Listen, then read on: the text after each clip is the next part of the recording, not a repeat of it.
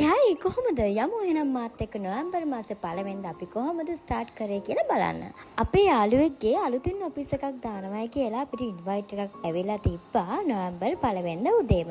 ඉතින් අපි නොවැම්බර් පළවෙනිදා ස්ටාර්ට් කරේ ඒකට ගිහිල්ලා ඔයාලා කවුරුත් දන්න මැජික් ටීචර්ගේ අලුත් ඔෆිස් බ්‍රාන්ච් එකට තමයි අපි අද මේ ගියේ.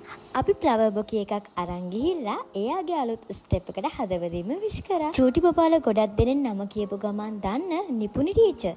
නෑ ගොඩක් අය දන්නේ මේ මැජික් ටීචර් කියලා තමයි. අවුරුදු 3ට වැඩි ඕනම චූටි බබෙක්ට අකුරු පන්ති, පිල්ලම් පන්ති, ගණිත පන්ති ඕනම පන්තියකට ඔන්ලයින් හරහා ඔයාලට මැජික් ටීචර්ගේ ක්ලාසස් වලට ජොයින් වෙන්න පුළුවන්. ඒ විතරක් නෙමෙයි ඉස්සරහට ඔන්ලයින් හරහා විතරක් නෙමෙයි ෆිසිකල් මැජික් ටීචර්ගේ ක්ලාස් වලට චූටි බබාලට ජොයින් වෙන්න පුළුවන්. ඔයාගේ බබාට වචන පිල්ලම් සමග හරියට ලියන්න, කියවන්න සහ අත්තකුරු නිවැරදිව ලස්සනට ලියන්න, පුංචි මනසට හරි දේ හොඳම විදිහට ලස්සනට පැහැදිලිව ලබා දෙන්න නිපුණ ටීචර් සූදානම් වෙලා ඉන්නවා. ලස්සන සින්දු වලින් විවිධ රටාවලින් අකුරු හරියට මතක තියාගන්න ඔන්න නිපුණ ටීචර් අනිවාර්යයෙන්ම කියලා දෙනවා හොඳේ.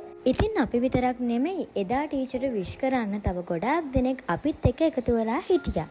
පේනව නේද තියෙන ෆ්ලවර් බොකේස් ගොඩ මේ තරම්ම හරි ආදරෙන් අසාවෙන් නිපුණි ටීචර්ගේ අලුත් ගමනට අපි හැමෝම විශ් කරා. නේ ඉතින් අදින් පටන් ගත්ත නිපුණි ටීචර්ගේ මේ ගමන දවසින් දවස හරි ලස්සනට ඉදිරියට යන්න ඕනේ කියලා ඔන්න අපි හැමෝම විශ් කරනවා.